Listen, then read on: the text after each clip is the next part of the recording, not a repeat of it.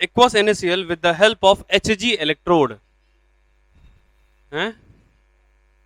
हाँ, अब हम Hg इलेक्ट्रोड की मदद से कर रहे हैं।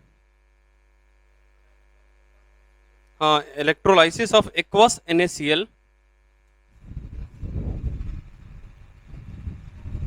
Electrolysis of aqueous NaCl with the help of Hg electrode।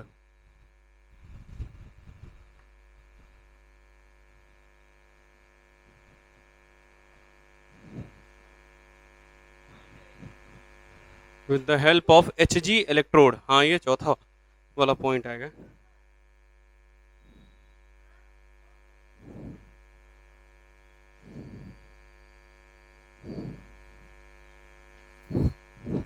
चलो, with the help of Hg electrode हो गया। अब Hg इलेक्ट्रोड के प्रेजेंस में हम लोग देखते हैं। चलो आ जाओ देखते हैं। अच्छा, तुमको पता है कि एनोड पे कौन रिलीज होगा? एक्वस NaCl है, बताओ एनोड पे कौन आएगा? अरे एनोड पे कौन आएगा? अरे बोलो यार जल्दी से, एनोड पे कौन आएगा भाई? अनायन। तो अनायन कौन है यहाँ पे? Cl minus. तो Cl ही जाएगा कि ऑक्सीजन जाएगा? अरे बोला था ना, अगर Cbi आएगा तो Cbi जाएगा, नहीं तो ऑक्सीजन जाएगा, बोला था। और H2O से ऊपर वाला है तो उसमें H2 गैस जाएगा, और अगर H2O से नीचे वाला है तो उसमें फिर हमारा वो खुद मेटल जाएगा। अरे ये बात किया था या नहीं किया था भाई? अरे ये बात हो चुकी थी ना अपनी। चलो, ये हमारी बात समझ में। तो यहाँ पे हम लोग लिखेंगे Hg इलेक्ट्रोड के अंदर, अरे इसके अंदर लिखो अपन, इसके अंदर अपन लिखेंगे here Hg electrode act as here Hg electrode act as attackable electrode। यहाँ पे Hg इलेक्ट्रोड जो है ना वो अटैकेबल इलेक्ट्रोड की तरह काम करेगा। here Hg electrode act as attackable electrode। here Hg electrode act as attackable electrode हो गया। उसके बाद लिखना in the presence of Hg electrode, in the presence of Hg electrode, in the presence of Hg electrode, in the presence of Hg electrode, discharge potential of sodium, discharge potential of sodium, discharge potential of sodium is observed, observed, observed, the discharge potential of sodium is observed less than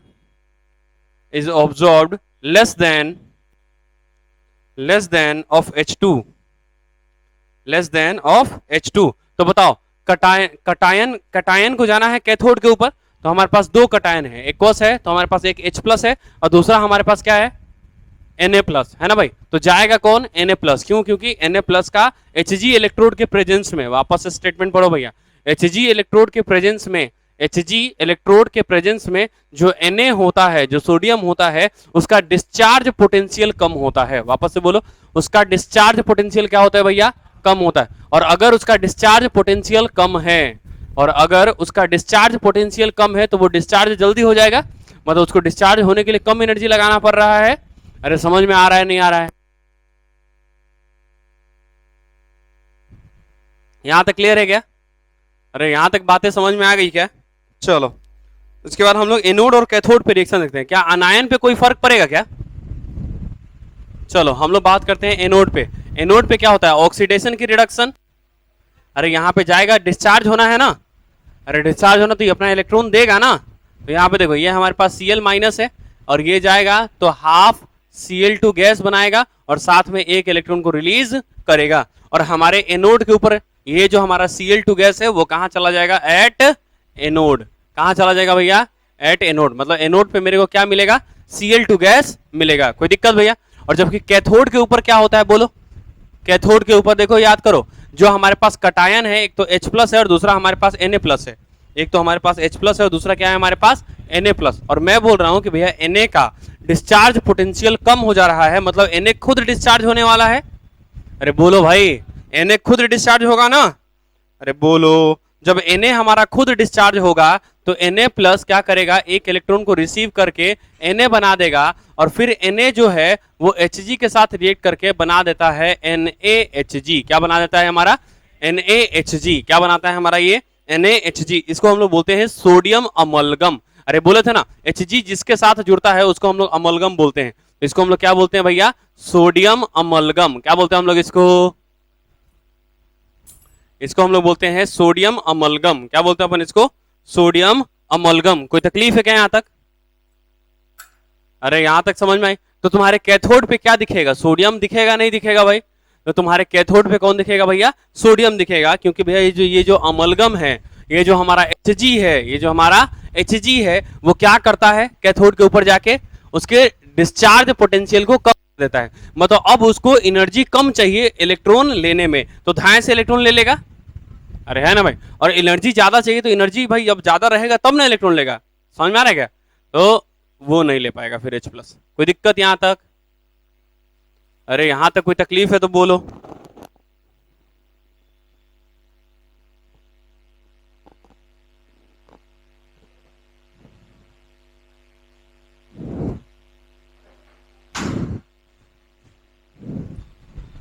यहां तक अगर कोई भी तकलीफ हो तो बोलेंगे भाई।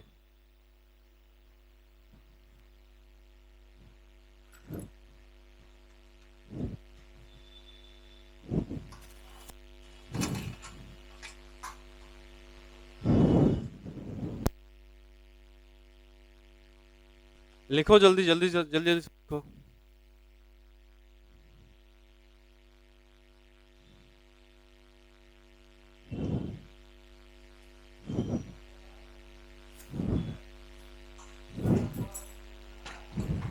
अरे बातचीत नहीं करो भाई, लिखो पहले। डिस्कशन चालू कर दिया सब, लिखो ना। हो गया क्या यहाँ पे, तो यहाँ पे Hg इलेक्ट्रोड के प्रेजेंस में, वापस सुनना है, अगर Hg इलेक्ट्रोड के प्रेजेंस में अगर हम इलेक्ट्रोलाइसिस करवाते हैं तो हमारे कैथोड के ऊपर क्या मिलेगा हमारे को, सोडियम। क्या मिलेगा हमारे को, सोडियम। और एनोड के ऊपर कौन मिलेगा हमारा, as usual that is the Cl। और हम पहले ही बता चुका था, Cbi आएगा तो Cbi जाएगा, नहीं तो उसकी जगह पे कौन जाएगा, ऑक्सीजन। कौन जाता है भैया उसकी जगह पे, ऑक्सीजन। ये बात कल ही कर लिए थे ना अपन, अरे लास्ट क्लास में किया था या नहीं किया था भाई। कोई तकलीफ है क्या यहाँ तक, बोलो भाई। यहाँ तक कोई तकलीफ है तो बोलेंगे, अरे यहाँ तक अगर कोई भी तकलीफ हो तो बोलेंगे भाई, पक्की बात। चलो अब अगला टॉपिक डालना हमारा, अगला टॉपिक डालना हमारा अटैकेबल इलेक्ट्रोड। अब हमारे पास टॉपिक है अटैकेबल इलेक्ट्रोड। हमारे पास टॉपिक है अटैकेबल इलेक्ट्रोड। लिखेंगे अटैकेबल इलेक्ट्रोड के अंदर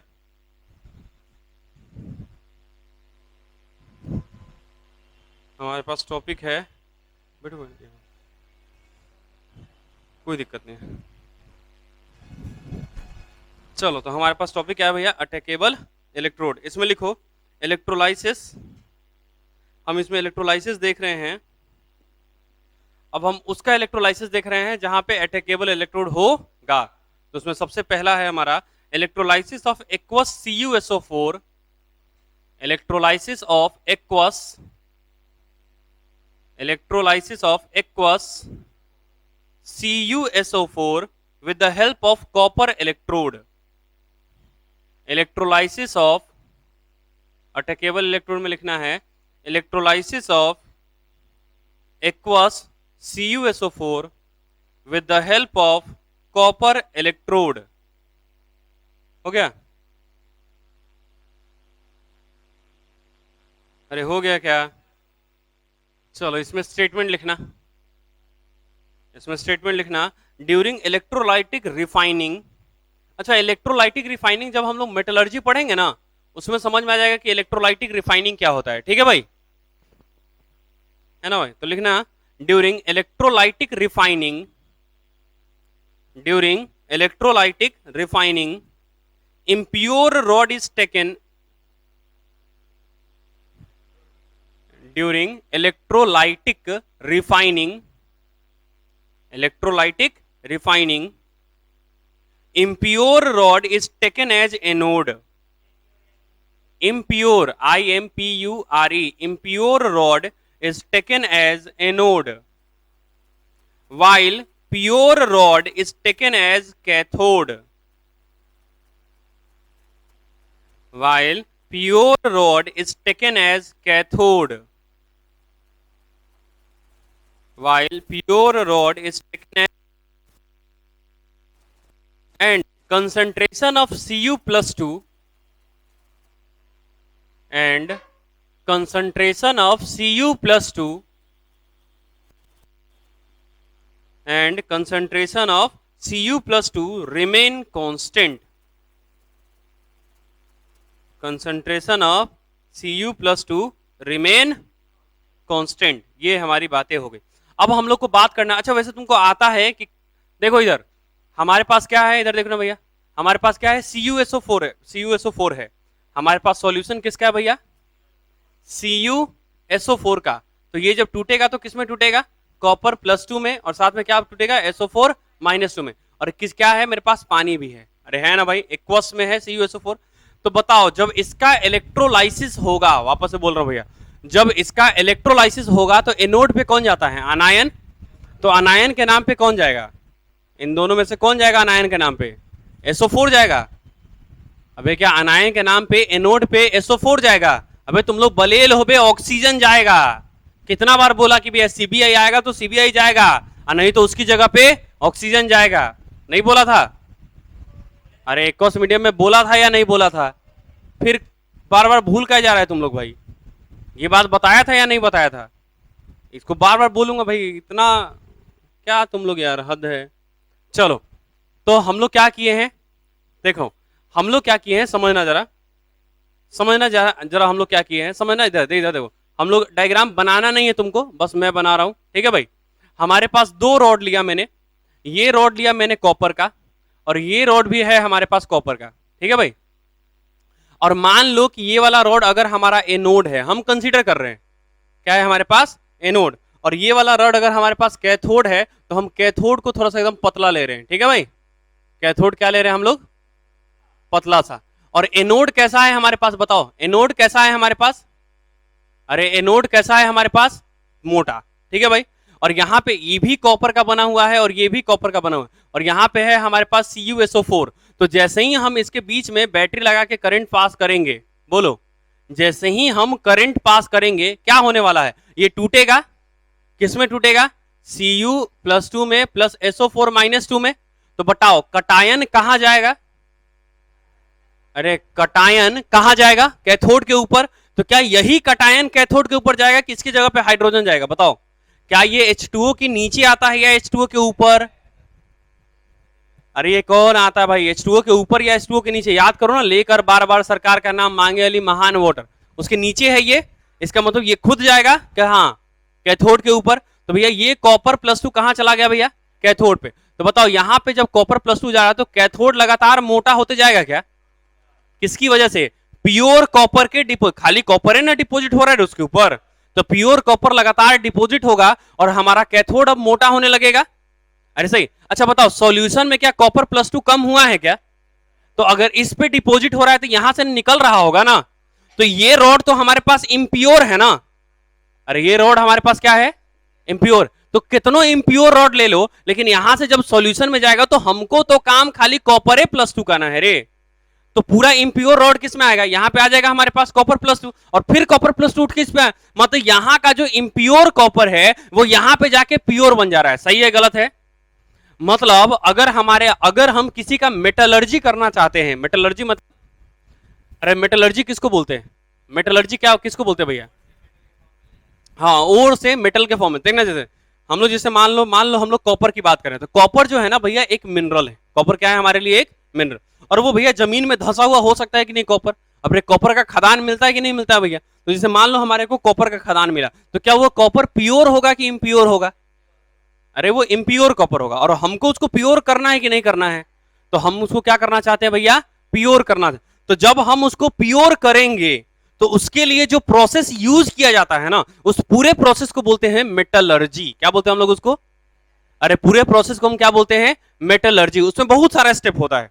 पहले होता है हमारा क्या, दैट इज द पल्वराइजेशन। फिर होता है कंसंट्रेशन, फिर कंसंट्रेशन में फिर होता है 4 तरह का, बराबर। उसके बाद होता है हमारा एक्सट्रैक्शन ऑफ मेटल, फिर होता है प्यूरिफिकेशन ऑफ मेटल, तब जाके हमारा मेटल जाके प्यूरिफाई होता है। तो ये प्यूरिफिकेशन का मेथड है। तो जैसे मान लो कि हमारे पास क्या मिला, एगो इम्प्योर कॉपर मिला। क्या मिला हमारे को? एक इम्प्योर कॉपर मिला, और कॉपर में मान लो कि एल्यूमिनियम मिक्स है। अब ठीक है ना भाई, इम्प्योर कॉपर है, कॉपर में क्या मिक्स है? अब क्या ये इम्प्योर कॉपर है? अब जब हम इसमें करंट पास कराएंगे तो सॉल्यूशन में कॉपर भी आएगा और एल्यूमिनियम, अरे दोनों टूटेगा ना यहां से, अरे इलेक्ट्रॉन देना होगा तो दोनों। अब बताओ एल्यूमिनियम जो है वो H2O के ऊपर आता है कि नीचे? ऊपर। तो एल्यूमिनियम तो जा नहीं पाएगा कैथोड के ऊपर, अरे वही कटायन जाता है जिसका, वही कटायन वहां पे जा पाएगा जिसका डिस्चार्ज पोटेंशियल कम हो।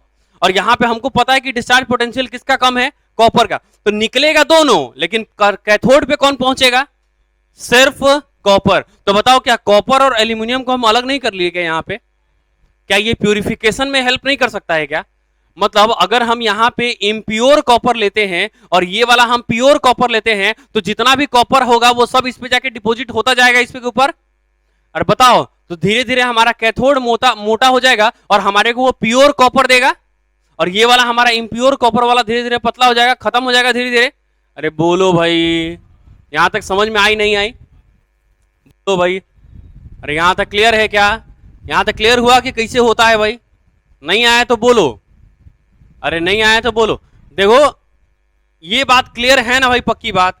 तो ये है हमारी बात। तो हम लोग इसको मेटलर्जी में यूज करते हैं। मेटलर्जी का एक प्रोसेस होता है चौथे नंबर का, जिसको हम लोग बोलते हैं प्यूरिफिकेशन ऑफ मेटल।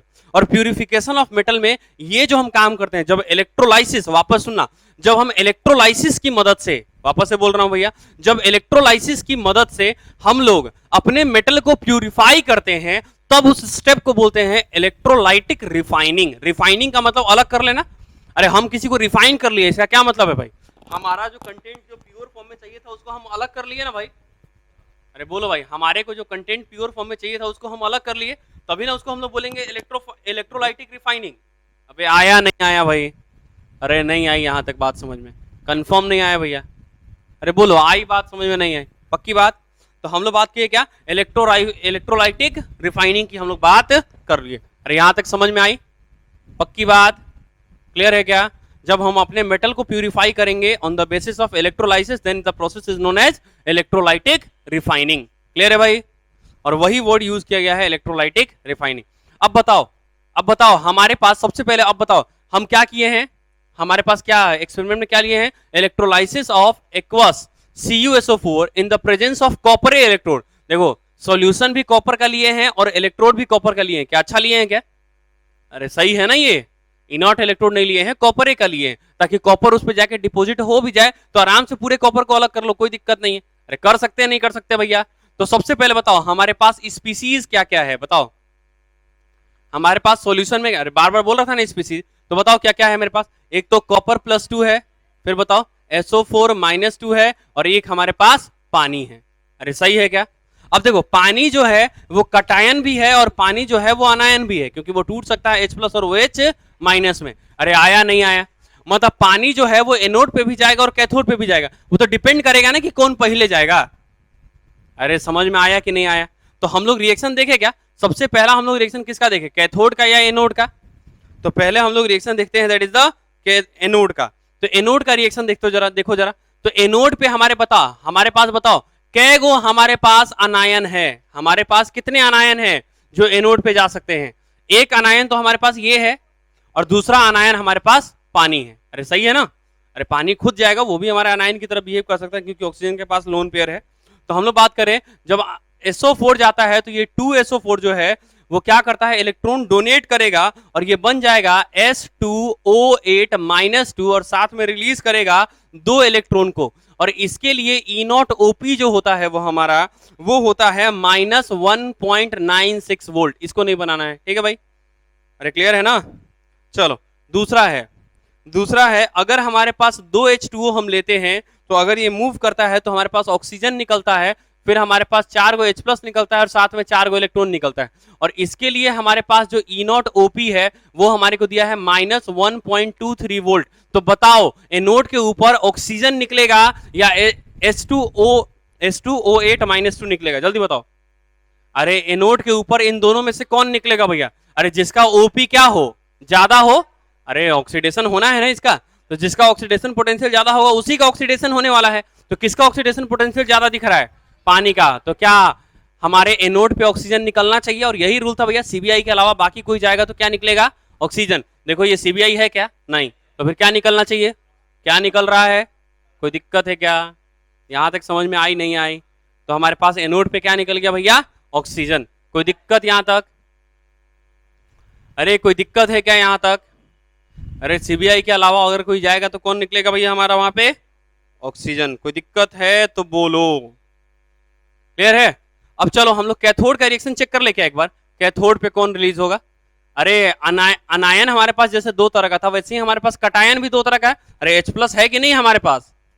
अरे है या नहीं है? तो है। तो देखो पहला कंसेप्ट हो गया कि कॉपर +2 जो है वो 2 इलेक्ट्रॉन को रिसीव करके कॉपर बना देगा। और दूसरा है हमारे पास 2 H2O जब होगा तब इसको जब हम इलेक्ट्रॉन देंगे 2 तो ये बनाएगा H2 गैस, ये बनाएगा H2 गैस, साथ में निकलेगा 2OH-, और इसके लिए E0 Rp जो दिया हुआ है वो हमारे को दिया हुआ है भैया 0.34 वोल्ट, और इसके लिए जो हमारा E0 Rp दिया हुआ है वो दिया हुआ है हमारा -0.83 वोल्ट, ये हमारे को दिया है। अब बताओ दोनों में से कौन जाएगा कैथोड के ऊपर, जल्दी बताओ। कॉपर +2 जाएगा या कौन निकलेगा? कॉपर निकलेगा कि हाइड्रोजन निकलेगा? अरे ये देखो इसका आरपी ज्यादा है ना भाई। अरे आया नहीं आया भैया? तो यहां पे हमारा कौन निकलेगा भैया? कॉपर निकलेगा। कोई तकलीफ है क्या यहां तक? अरे यहां तक बात समझ में आई नहीं आई?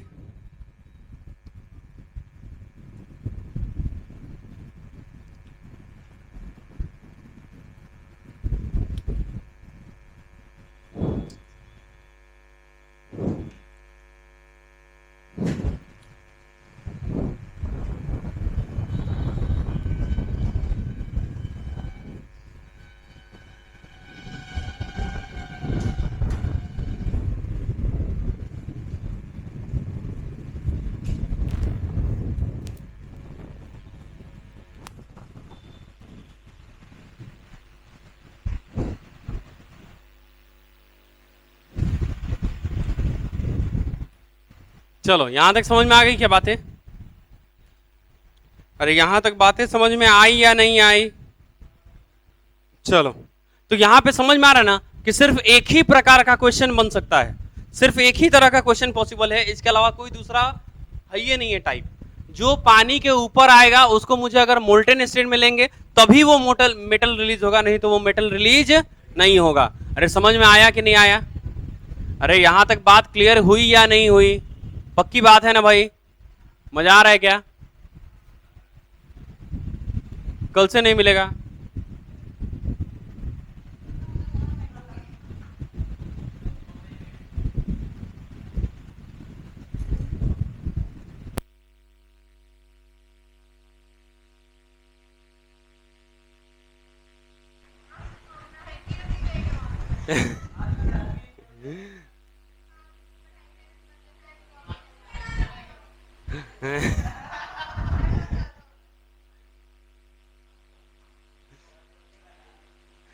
चलो आ जाओ। चलो यहां तक हो गया क्या? चलो यहां तक हो गया क्या?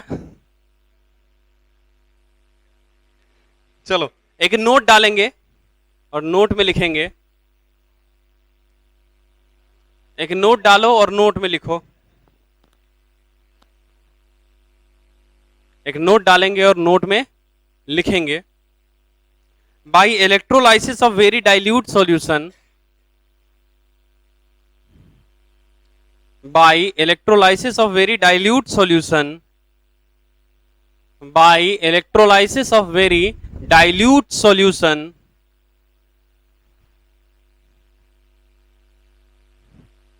by electrolysis of very dilute solution with the help of inert electrode, underline कर लेना इसको, with the help of inert electrode, with the help of inert electrode product at cathode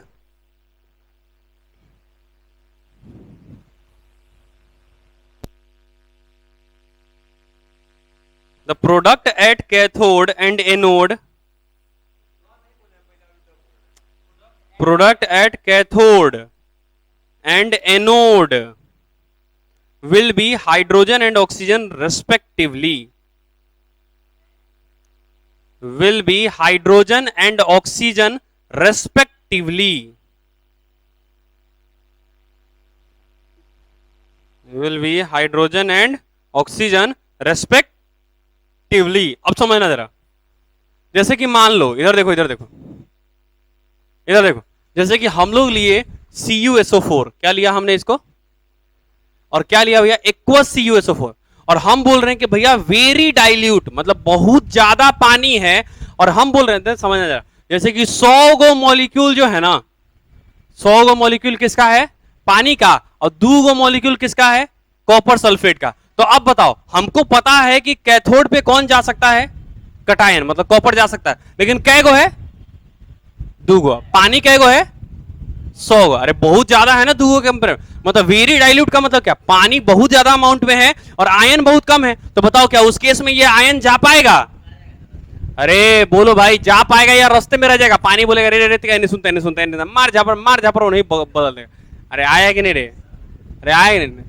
पिट दो इसको पिट दो चलो यहां तक क्लियर है क्या अरे यहां तक क्लियर है क्या तो इसको इंपॉर्टेंट मार्क कर लोगे क्या अगर बहुत ज्यादा डाइल्यूट सॉल्यूशन आया अगर तुमको क्वेश्चन में लिख के देता है कि we have the very dilute solution तब उस केस में एक ही कंडीशन है कि भैया एनोड के ऊपर ऑक्सीजन जाएगा और कैथोड के ऊपर हाइड्रोजन कोई दिक्कत है यहां तक अरे बोलो मिया अरे बोलो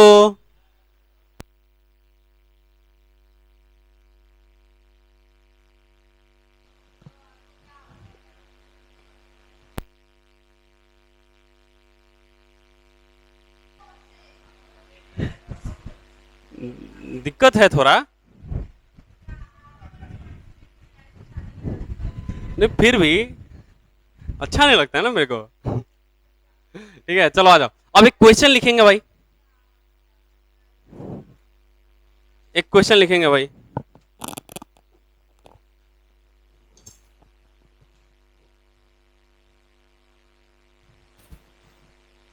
चलो क्वेश्चन लिखेंगे after electrolysis of aqueous CuSO4 question है हमारे पास क्वेश्चन है ना इसी प्रकार का क्वेश्चन आ सकता है तुम्हारे को कि इलेक्ट्रोलाइसिस करवाएंगे तो कैथोड पे कौन जाएगा एनोड पे कौन जाएगा इसके अलावा कोई दूसरी पॉसिबिलिटी नहीं है पार्ट बी में से और पार्ट ए में तक कितना वैरायटी था वो तो तुमको दिखाई चुके हैं है कि नहीं भाई और एक बार फिर से रिवाइज कर लेना कि संडे को तुम कंफर्म टेस्ट लेंगे भैया सुनो ना लेकिन इस संडे को हम पार्ट ए का टेस्ट फिक्स लेंगे चाहे जो हो जाए टोटल 10 सवाल देंगे और उसमें ये नहीं टॉपिक नहीं भाई क्वेश्चन दूंगा मैं न्यूमेरिकल और वो तुमको करना है हाँ जी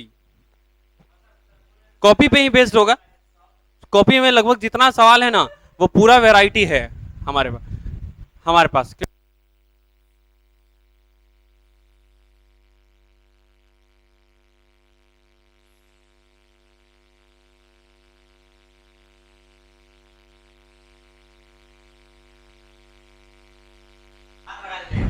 चलो आ जाओ तो लिखना आफ्टर इलेक्ट्रोलाइसिस ऑफ लिखेंगे after electrolysis of copper CuSO4 of aqueous अब कॉपर CuSO4 कति उतारे aqueous CuSO4 aqueous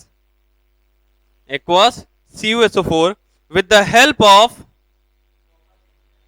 the help of inert electrode अच्छा वेरी डाइल्यूट नहीं है मतलब नॉर्मल जाने वाला है aqueous CuSO4 with the help of inert electrode with the help of inert electrode with the help of inert electrode with the help of inert electrode pH of solution will be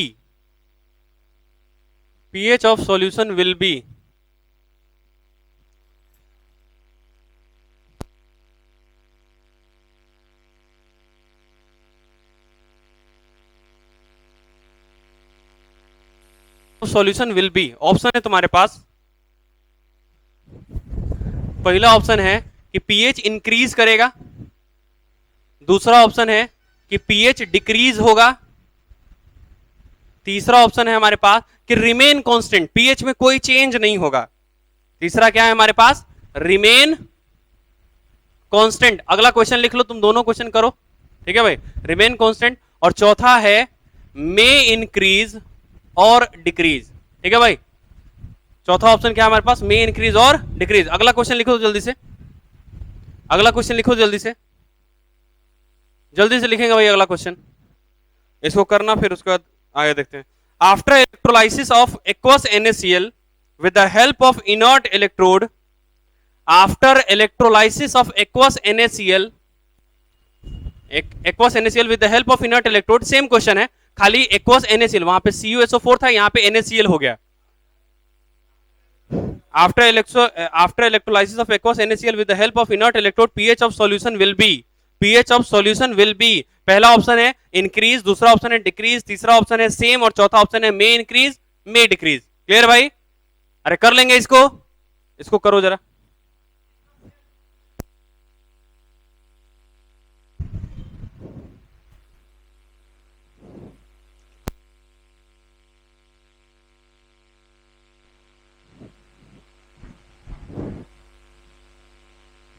चलो बताओ जरा, इसका answer बताओ जल्दी से। पहला का decrease और दूसरे का इंक्रीज, बाकी सबका यही है क्या? अरे सबका आंसर यही है क्या? तुम्हारा आंसर ऐसा नहीं है तो बाकी किसी का कुछ आंसर है? अरे भाई मेरे, बाकी किसी का कुछ आंसर आया है इसके अलावा? चलो बात करें क्या, थोड़ा समझना जरा। हमारे पास क्या है सॉल्यूशन में? CuSO4। इसका इलेक्ट्रोलाइसिस कराओगे, एनोड पे कौन जाने वाला है? अनायन, और जाने वाला है ऑक्सीजन। बच कौन जाएगा हमारा? SO4, सही है। अच्छा, कैथोड पे कौन जाने वाला है? कटायन, और खुद कौन जाएगा? सही है ना, खुद चला जाएगा ना कॉपर। अरे कोई दिक्कत नहीं ना है। हमारे पास सॉल्यूशन में बच क्या गया है? एनोड के ऊपर क्या गया है? ऑक्सीजन, और कैथोड के ऊपर कौन गया है? कॉपर। सॉल्यूशन में क्या बच गया है हमारे पास? SO4, SO4 -2। तो बताओ क्या ये H प्लस से जुड़ के बना देगा H2SO4? और H2SO4 एसिड होता है, और एसिड का पीएच नीचे आता है क्या? 7 से नीचे। तो जितना एसिड बनेगा पीएच उतना गिरेगा। अबे आया नहीं आया, तो बताओ पीएच घटेगा कि बढ़ेगा? तो विल डिक्रीज और इंक्रीज? Will decrease. अगला क्वेश्चन सोचो, अगला क्वेश्चन बताना जरा, देखो तुम मत बताना, तुम मत बताना भाई। अगला है हमारे पास NaCl। बताओ एनोड पे कौन जाएगा? कौन है अनायन यहां पे? क्या Cl खुद जाएगा या ऑक्सीजन जाएगा उसके बदले में? खुद जाएगा, तो हमारे पास Cl माइनस खत्म। कैथोड पे कौन जाएगा हमारा? कटायन। कौन है यहां पे कटायन? क्या खुद अनायन ये जाएगा Na, या पानी से ऊपर है कि पानी से नीचे? ऊपर। तो क्या खुद Na जा सकता है? नहीं जाएगा। मतलब एनोड पे, कैथोड पे कौन निकलेगा? H2 गैस निकलेगा ना। तो हमारे पास सॉल्यूशन में बच क्या गया? Na प्लस, और ये OH माइनस से रिसीव करके क्या बना देगा? NaOH। बताओ ये होता है बेसिक, तो ये इसका पीएच बढ़ेगा ना, मतलब 7 से ज्यादा हो जाएगा। तो इंक्रीज या डिक्रीज? तो सेकंड वाले का इंक्रीज और पहले वाले का डिक्रीज। अरे कर लेंगे क्या इस टाइप का क्वेश्चन? पक्की बात। तो सोचे का ही नहीं क्या पहले? इसमें कोई दम था क्वेश्चन में? अरे इस क्वेश्चन में कोई दम था क्या? इस क्वेश्चन में कोई दम नहीं था। अरे क्लियर भाई, इस क्वेश्चन में कोई दम नहीं था। जल्दी करेंगे, जल्दी जल्दी सीधे करना था भैया। एनोड पे कौन जाएगा, कैथोड के ऊपर कौन जाएगा? सॉल्यूशन। अरे पीएच सॉल्यूशन है, कहना होता है, तो सॉल्यूशन में जो बचेगा उसके अनुसार पीएच आएगा। अरे सॉल्यूशन में जो बचेगा उसके अनुसार पीएच आता है या नहीं आता है भाई? अरे बोलो भाई, सॉल्यूशन में जो बचता है उसके अनुसार पीएच आता है। तो हमारे पास ऊपर वाले में बचा है SO4 -2, तो बना देगा H2SO4। नीचे में बना है Na प्लस, तो बना देगा NaOH।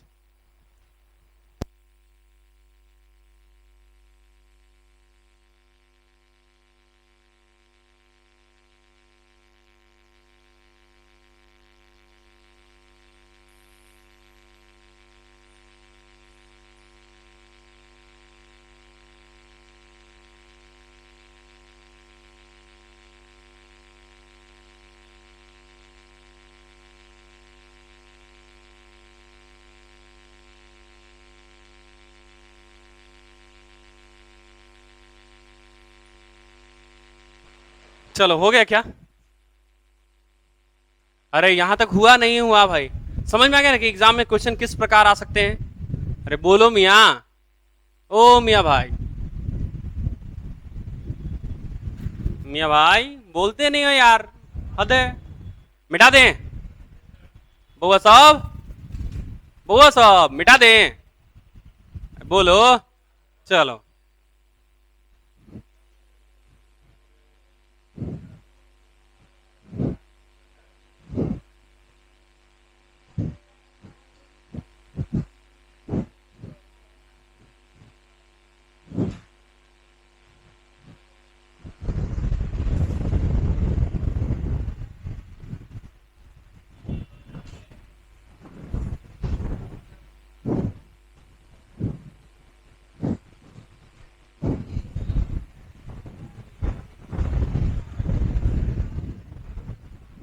चलो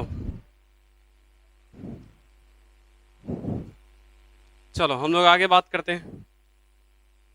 आगे हमारे पास क्या है? चलो ये बात समझ में आ गई, इंक्रीज होगा डिक्रीज होगा, क्लियर है क्या यहाँ तक? चलो एक क्वेश्चन करोगे क्या? अरे बोलो, एक क्वेश्चन और करेंगे क्या अपन? पक्की बात है ना? एक क्वेश्चन और करोगे और सब लोग अपना अपना जवाब सोच के रखेगा, पर कोई बोलेगा, जो बोला ना दांत तोड़ दूंगा मैं। समझ गया क्या? अगर कोई भी बोला, यकीन मानो अभी हम क्लास से फेंक देंगे उठा के। सबको आता है, और सबसे पहले जवाब कौन देगा? तुम। समझ गया? चलो क्वेश्चन लिखो। क्वेश्चन लिखना, आफ्टर इलेक्ट्रोलाइसिस ऑफ, सेम ही क्वेश्चन है पीएच के बेसिस पे ही। After electrolysis of aqueous Na2SO4, after electrolysis of aqueous Na2SO4 with the help of inert electrode, with the help of inert electrode, the pH of solution will be, comma pH of solution will be, पहला option है हमारे पास increase, दूसरा option है हमारे पास decrease, तीसरा option है हमारे पास कि पीएच हमारा सेम रहेगा, और चौथा ऑप्शन है हमारे पास मे इंक्रीज और डिक्रीज। अरे एग्जाम में भी आएगा ना तो यही चारों ऑप्शन आएगा भैया, इसके अलावा और कुछ आ ही नहीं सकता है।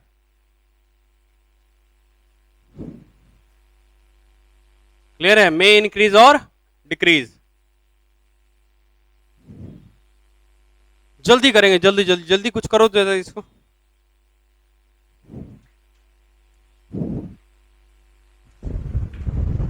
हमारे पास है Na2SO4, अनायन कौन है, कटायन कौन है, ये तुम जानते हो अच्छे से।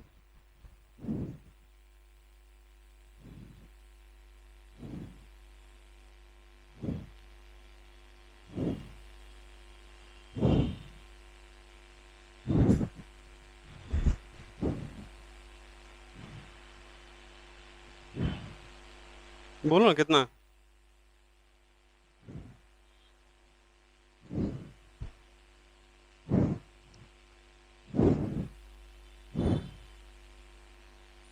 खाली एनोड और कैथोड पे कौन निकलेगा वो सोच लो, और हमारे सॉल्यूशन में क्या बचेगा वो सोच लो, बात खत्म। आ गया क्या? चलो इधर देखो भाई, सबसे पहले बताओ एनोड पे कौन जाता है? अनायन। और अनायन के नाम पे कौन जाएगा? SO4 जाएगा या ऑक्सीजन जाएगा?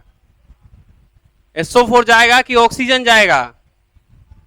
ऑक्सीजन जाएगा भैया। जब सीबीआई आए तो सीबीआई जाता है, नहीं तो चलो कैथोड पे कटायन जाएगा, तो कौन सा कटायन जाएगा? Na+ जाएगा कि H+ जाएगा? जल्दी बोलो। H+ जाएगा। तो बताओ ये पानी के ऊपर है ना? अरे Na पानी के ऊपर होता है, लेकर बार बार सरकार का नाम, है ना भाई? तो ये पानी के ऊपर है ना, तो ये खुद नहीं जाएगा, H2 को भेजेगा।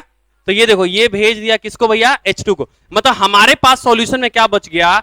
2 गो Na+ और 1 गो SO4-2। क्या हमारे पास सॉल्यूशन में यही बचा है क्या? क्या हमारा पानी टूटता है क्या H+ और OH- में?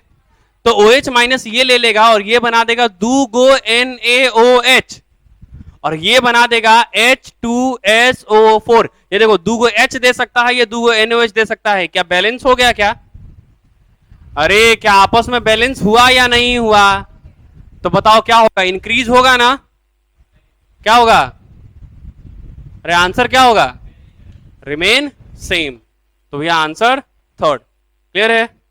अच्छा, कोई अगर गलती से ऐसा किया होगा ना भाई कि हमारे पास कटायन जो है वो Na प्लस है और ये बन गया हमारा NaOH, तो ये यहां से देखो एक OH और यहां पे दूगो H प्लस, तो अब उसको मजबूरी मारना पड़ेगा इंक्रीज। समझ में आ गया? अबे दूगो Na है और दूगो H प्लस है, दोनों बैलेंस करेगा आपस में। अरे कोई दिक्कत है? इसलिए ध्यान रखना इस चीज का। पक्की बात है ना? मिटा दे इसको, जा। एक सेकंड रुको। तो ये Na प्लस रिसीव करेगा और ये बना लेगा दूगो NaOH। क्लियर है? अरे यहां तक तकलीफ क्या? वैसे हम लोग चैप्टर कौन सा पढ़ रहे थे? सही में पार्ट बी। पार्ट बी में क्या पढ़ रहे थे हम लोग? हम लोग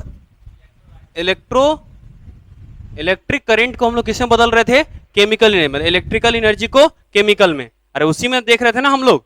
अरे सही है कि गलत? अरे बोलो, यहां तक बात आई समझ में या नहीं आई? अरे कंफर्म नहीं आया भैया? अबे नहीं आया ना? अबे नहीं आई ना बात समझ में? बचपने से नहीं आया? नहीं आया ना? अब भी आया? चलो आ जाओ। यहां तक क्लियर है क्या? अरे यहां तक क्लियर है क्या? याद करो हम एग्जैक्ट टॉपिक पढ़ रहे थे, फैक्टर अफेक्टिंग इलेक्ट्रोलाइसिस। याद है? उसमें हम पहला फैक्टर देखे थे नेचर ऑफ इलेक्ट्रोड। दो तरह का था, अटैकेबल इलेक्ट्रोड और नॉन अटैकेबल। उतना इंपॉर्टेंट। दूसरा क्या था हमारा? Concentration of ion. क्या वही देख रहे थे क्या हम लोग? और याद करो तीसरा था हमारा अमाउंट ऑफ चार्ज। है भूल गए अपन। अरे अपन तो प्रोग्रेसिव इंसान है ना रे, आगे पढ़ के पीछे वाला भूल जाते हैं, है कि नहीं? तो पीछे वाला अपन भूल गए हैं। अरे आया कि नहीं आया भाई? पीछे वाला भूल गए ना अपन? अरे पीछे वाला भूल गए ना अपन? नहीं भूल गए। चलो आ जाओ। तो यहां तक समझ में आई क्या बात है? पक्की बात। तो नेक्स्ट डालना अमाउंट ऑफ चार्ज।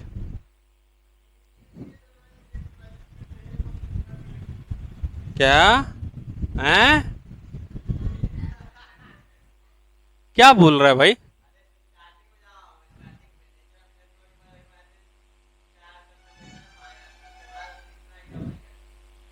भाई तुम सीक्वेंस गड़बड़ा लिया क्या कहीं?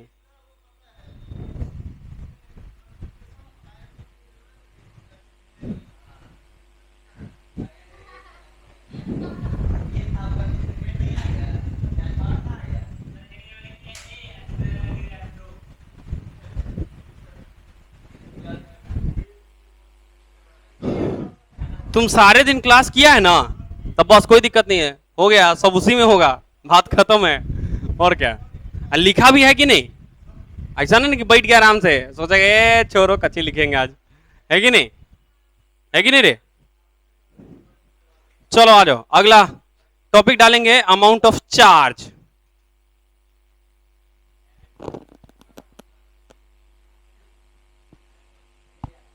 अच्छा ये थर्ड फैक्टर है जो इफेक्ट करेगा हमारे किसको?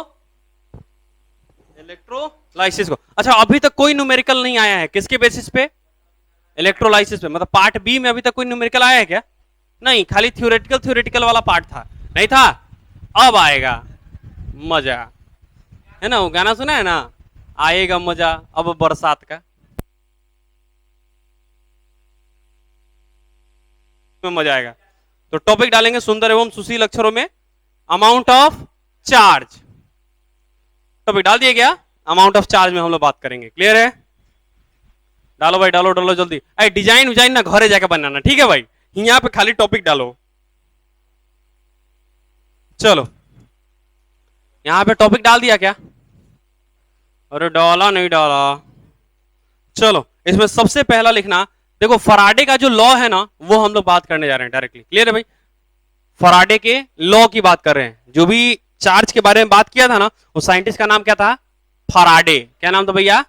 ऐसे इसका मतलब ये नहीं है कि फरार हो गया, समझे? फराडे नाम है, ठीक है भाई?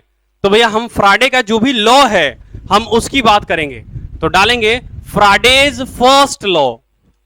फराडे का पहला लॉ, पहला पॉइंट है हमारा Faraday's first law of electrolysis. Faraday's first law of electrolysis, पहला पॉइंट हमारा बउआ साहब। देखो पहला है हमारा Faraday's first law of electro, क्या हो गया? फराडे के बारे में, फराडे के बारे में तो चर्चा है हर जगह। फिजिक्स में तुम पढ़ेगा फराडे के बारे में, नहीं पढ़ा अभी तक? पढ़ेगा, फराडेज लॉ नहीं पढ़ा है फिजिक्स में? अच्छा कोई बात नहीं, पढ़ेगा, टेंशन नहीं लो, सर बताएंगे फराडे के बारे में, कोई बात नहीं, टेंशन नहीं लो। चलो आ जाओ, तो हम लोग बात करते हैं Faraday's first law of electrolysis. Topic डालेंगे हम लोग Faraday's first law of electrolysis. Faraday's first law of electrolysis.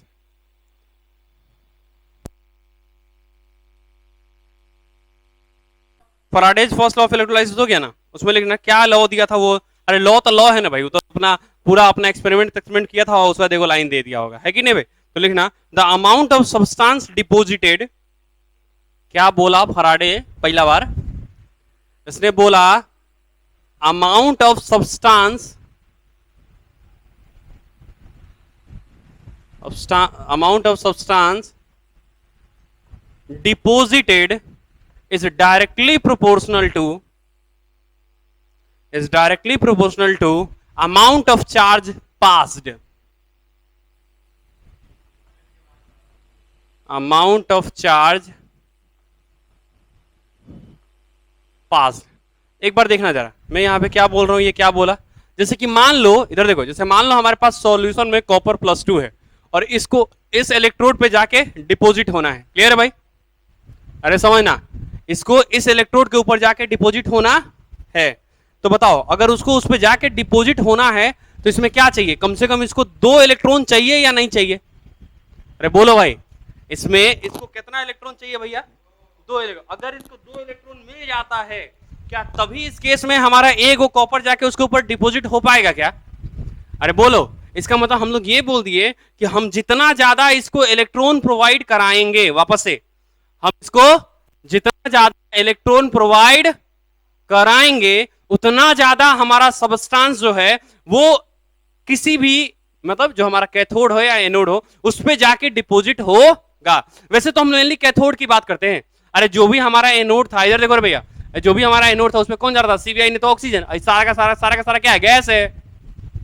अरे डिपॉजिट होगा कि वहां से निकल लेगा? अरे डिपॉजिट होगा कि वहां से निकल लेगा भैया, तो वहां से क्या करेगा? ये निकल लेगा। और कौन डिपॉजिट होगा? हमारा कटायन ना। अरे कौन डिपॉजिट होगा? हमारा कटायन। और कौन सा कटायन? जो पानी के नीचे है वो या पानी के ऊपर है वो? जो पानी के नीचे है वो। अबे आया नहीं आया? यहां तक बात समझ में आई? सारी बातें उड़ गई। तो हम लोग क्या बात करें कि यहां पे देखो हमारे पास कॉपर +2 है, तो अगर एक कॉपर +2 को अगर हम 2 इलेक्ट्रॉन देंगे तो एक कॉपर जो है वो हमारे कैथोड के ऊपर जाके डिपॉजिट हो जाएगा। मतलब हम जितना ज्यादा इलेक्ट्रॉन देंगे उतना ज्यादा हमारा अमाउंट डिपॉजिट होगा। और यही बात बोला था, the amount of substance deposited is directly proportional to the amount of charge pass. हम जितना ज्यादा इलेक्ट्रॉन देंगे उतना ही ज्यादा वो डिपॉजिट होगा। ये बात बोला था। बताओ क्या गलत बोला था उसने? क्या बताओ, कुछ गलत था क्या इसके अंदर? अरे बोलो रे।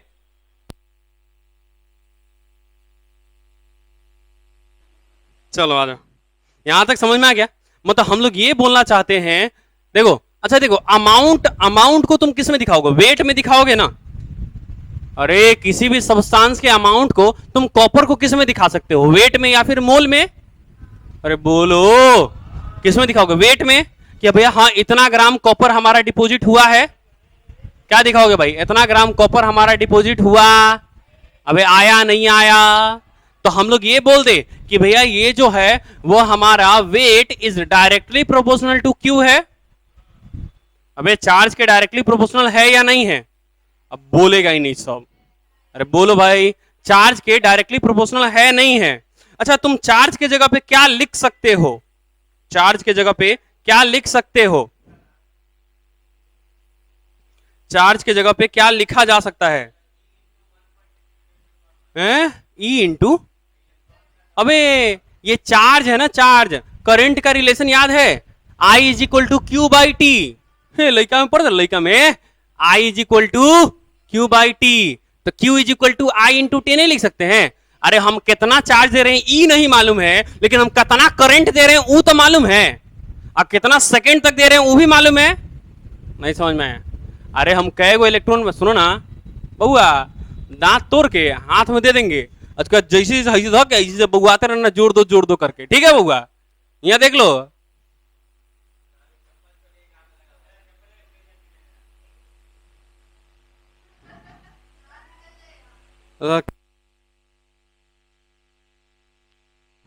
यहाँ देख लो,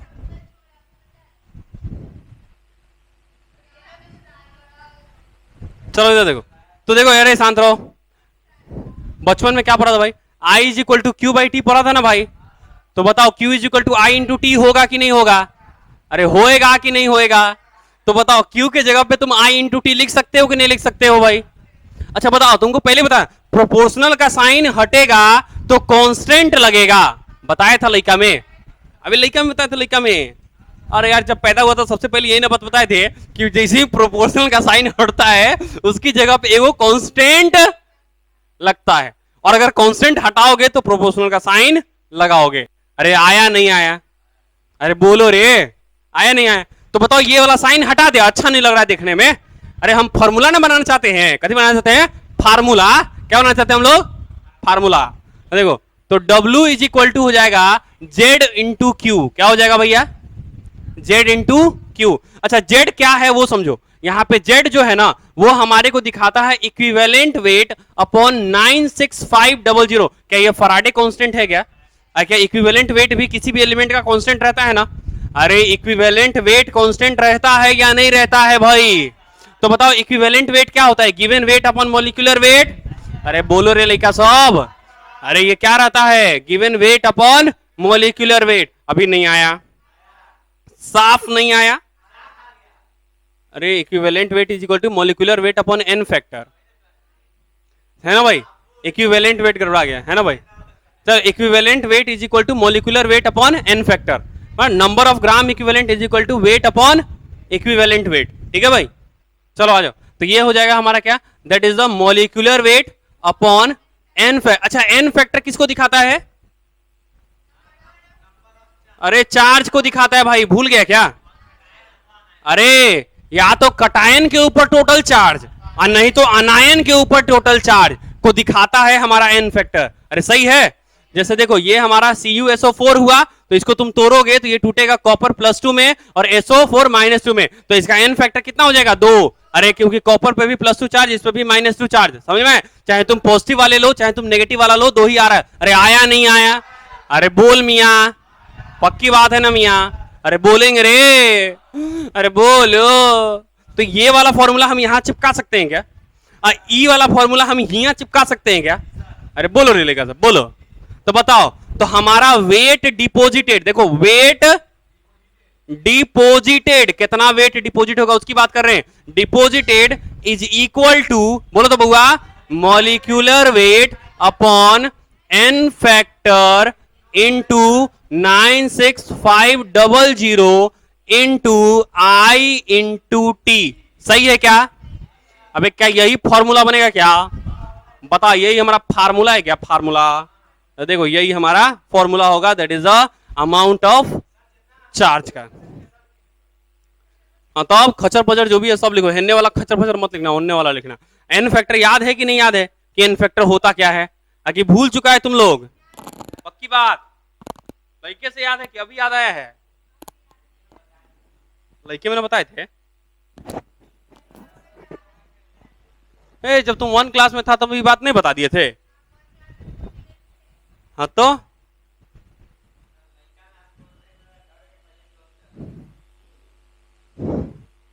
हम जानते हैं खतरनाक दिखते हैं, लेकिन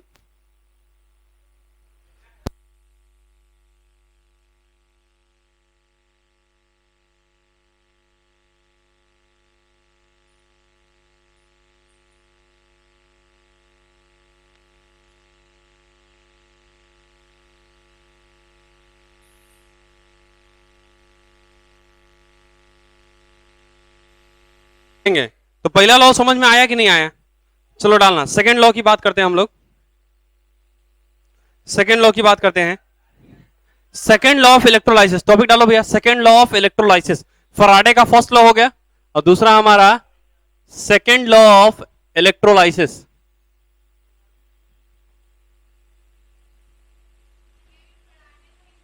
हाँ जी, तो लिख दो फराडेज सेकेंड लॉ ऑफ इलेक्ट्रोलाइसिस। बारिश हो रहा है क्या?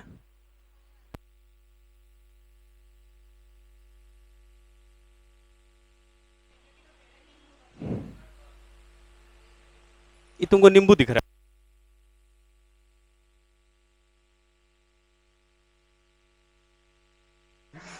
अच्छा,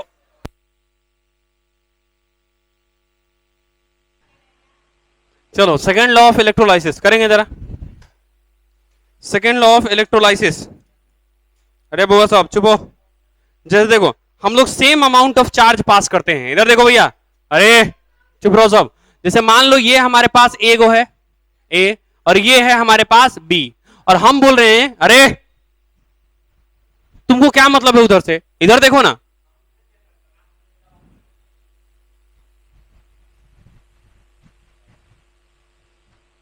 चलो तो हम लोग क्या करें, इन दोनों में सेम अमाउंट ऑफ चार्ज पास किए हैं। क्या किए हम लोग? सेम अमाउंट ऑफ चार्ज किए। और देखना इसका वेट कितना डिपोजिट होगा, वो W A is equal to Z A into Q लिख सकते हो क्या? इसके लिए क्या लिख सकते हो? W B is equal to Z B into Q लिख सकते हो क्या?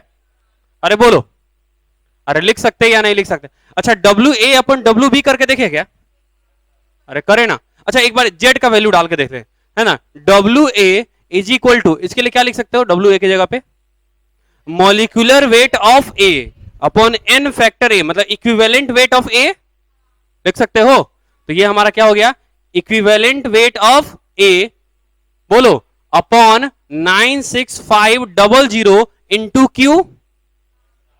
इसके लिए क्या लिख सकते हो? W B is equal to क्या लिखोगे? Equivalent weight of B upon 96500 into Q. अब करो W A upon W B. अब देखो क्या क्यू से क्यू कट जाएगा क्या?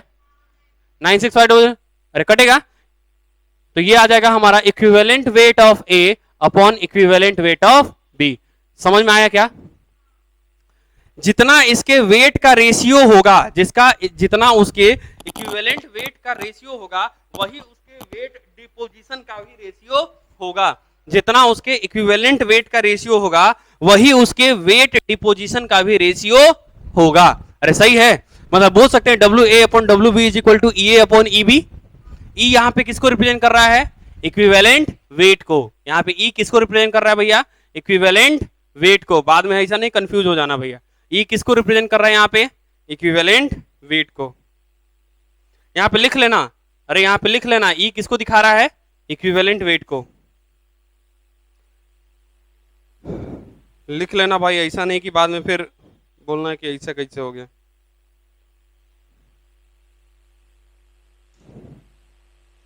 और इसके लिए एक स्टेटमेंट लिखेंगे,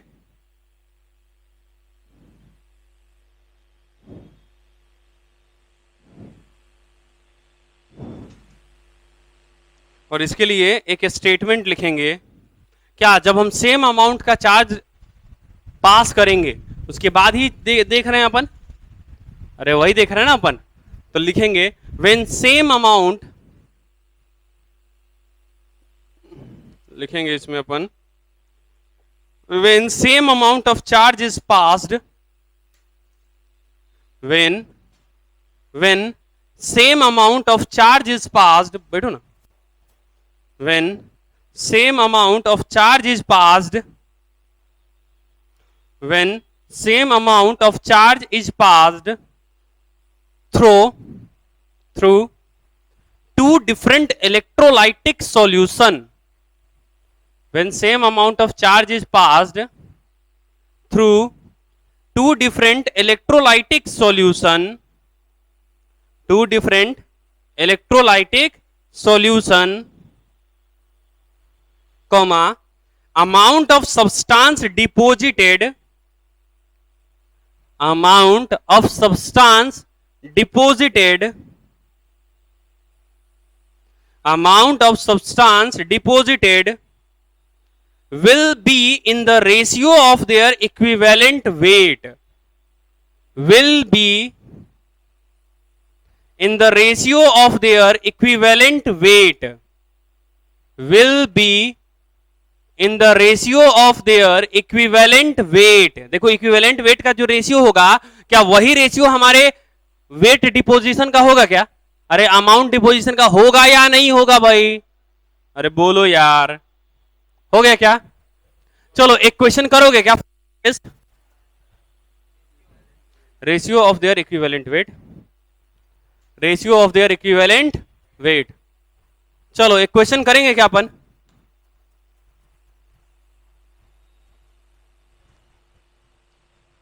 चलो एक क्वेश्चन लिखेंगे भाई. When 2 ampere current is passed,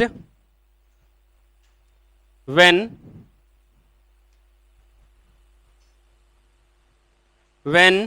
2 ampere मतलब करंट तुमको दिया है 2 ampere, when 2 ampere current is passed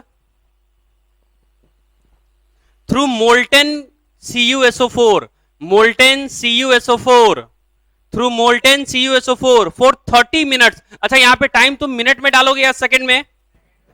second में. याद करो करंट का जो टाइम था ना, हम लोग याद करो क्या बोलते हैं करंट को? चार्ज पर यूनिट टाइम, या फिर याद करो हम लोग बोलते हैं ना कूलम पर सेकंड. अरे एम्पियर को coulomb per second. Molten CuSO4, when 2 ampere current is pass through molten CuSO4 for 30 minutes, for 30 minutes, then product at cathode deposited will be. तब कैथोड के ऊपर कितना प्रोडक्ट डिपॉजिट होगा? बताओ कौन सा लॉ लगाओगे, पहला वाला या दूसरा वाला? Then the product at cathode deposited will be, at cathode deposited will be. पहला फॉर्मूला लगाओगे या दूसरा वाला? तुमको कॉपर का मोलिकुलर वेट पता है क्या? अरे कॉपर का मोलिकुलर वेट नहीं पता है तो लिख लो 63.5. मोलिकुलर वेट ऑफ कॉपर कितना दिया है तुमको? 63.5. क्या निकल जाएगा?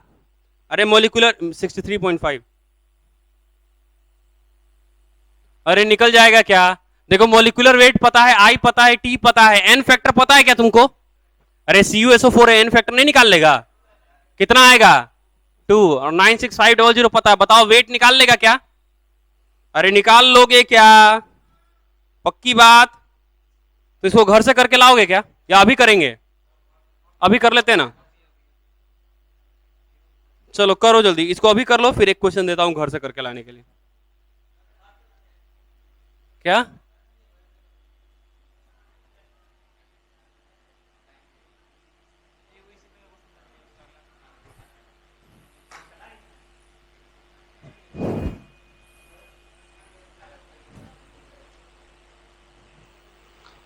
चलो यहां तक समझ में आई बात? तो हमारे पास फॉर्मूला क्या लगेगा? यही वाला हमारा फॉर्मूला लगेगा. मॉलिक्यूलर वेट के जगह पे डालोगे 63.5 अपॉन 96500 इंटू 2 इंटू 30 इंटू 60. ये किए हो क्या? 30 इंटू 60. अरे मिनट में दिया है तो उसको 60 से डिवाइड करेंगे तो सेकंड में आ जाएगा ना, मल्टीप्लाई करेंगे तो. ये अपॉन 2, देखो 2 से 2 गया, इसको जब तुम कैलकुलेट करेगा तो ये आएगा तुम्हारा 1.18 ग्राम. पहले क्वेश्चन का आंसर हमारा यही होगा 1.18 ग्राम. अरे सही है क्या? अरे ये किया है क्या? ये वाला बस खत्म, यही वाला आंसर आएगा, वही आंसर आएगा. कैलकुलेशन ऐसा ही देगा इसमें.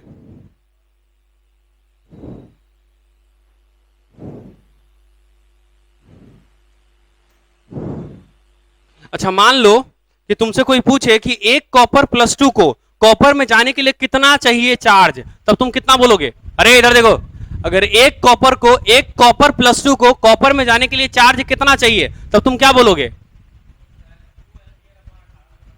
नहीं, तब तुम बोलोगे भैया वहां पे 2 इलेक्ट्रॉन, और यहां पे हम रिप्रेजेंटेशन इलेक्ट्रॉन में नहीं, दैट इज द फेरेड में करते हैं. तो जितना इलेक्ट्रॉन चाहिए होगा ना उतना ही फेरेड. समझे? 2 इलेक्ट्रॉन चाहिए तो 2 फेरेड, 10 इलेक्ट्रॉन चाहिए तो 10 फेरेड, 15 इलेक्ट्रॉन चाहिए तो 15 फेरेड, 20 इलेक्ट्रॉन चाहिए तो 20 फेरेड. अरे समझ में आ रहा है क्या? अरे आ रहा है या नहीं आ रहा है? ये मिटा दूं क्या अपन? अरे एक अगला क्वेश्चन बात करें क्या? अगली क्वेश्चन की बात करें फिर क्या? फिर कर ले, बोलो जल्दी। चलो इसके आगे अपन